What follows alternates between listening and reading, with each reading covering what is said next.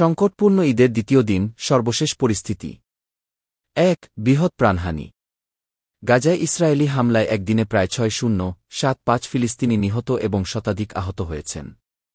স্থানে স্থানে ভিন্ন সংখ্যা জানা গেছে ৫,৬,৬,৭,০,৭,৫, তবে অধিকাংশ তা উত্তরের হিসেবের মধ্যে পড়ে।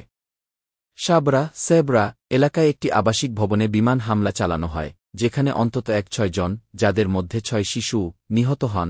বাড়িটির নিচে ৮-৫ জন আটকা থাকার আশঙ্কা। ২ ত্রাণ কেন্দ্রের আশেপাশেও হামলা।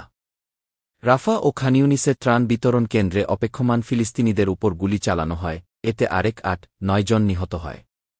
৩ স্থানীয় কর্তৃপক্ষের বক্তব্য, ত্রাণ পান এবং নিরাপদ আশ্রয়ের আশায় যাননি, কিন্তু সর্বগ্রাসী গণহত্যা হিসেবে আহ্বান জানানো হয়েছে।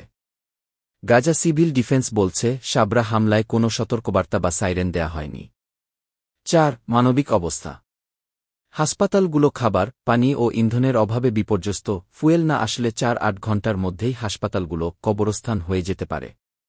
ত্রাণকেন্দ্রে জীবনান্দোলনরত ফিলিস্তিনিরা, যারা খাবারের জন্য লাইন দিচ্ছিল, তাদের মধ্যেও নিহত হয়েছে। ৫ সামগ্রিক মানবিক বিপর্যয়। যুদ্ধবিধ্বস্ত গাজায় ঈদের নামাজ মাথার উপর সুরক্ষার মধ্যেই পড়ে, বাইরে ধ্বংসস্তূপের মাঝে ও ছাদে নামাজ আদায় করা হচ্ছে। খাদ্য, মাংস ও বেসামরিক রেশন সংকট তালিকা করে দেওয়া হয়েছে। ওষুধ, খাদ্য, ইন্ধনের তীব্র অভাবে পরিস্থিতি ক্রমেই অবনতি হচ্ছে।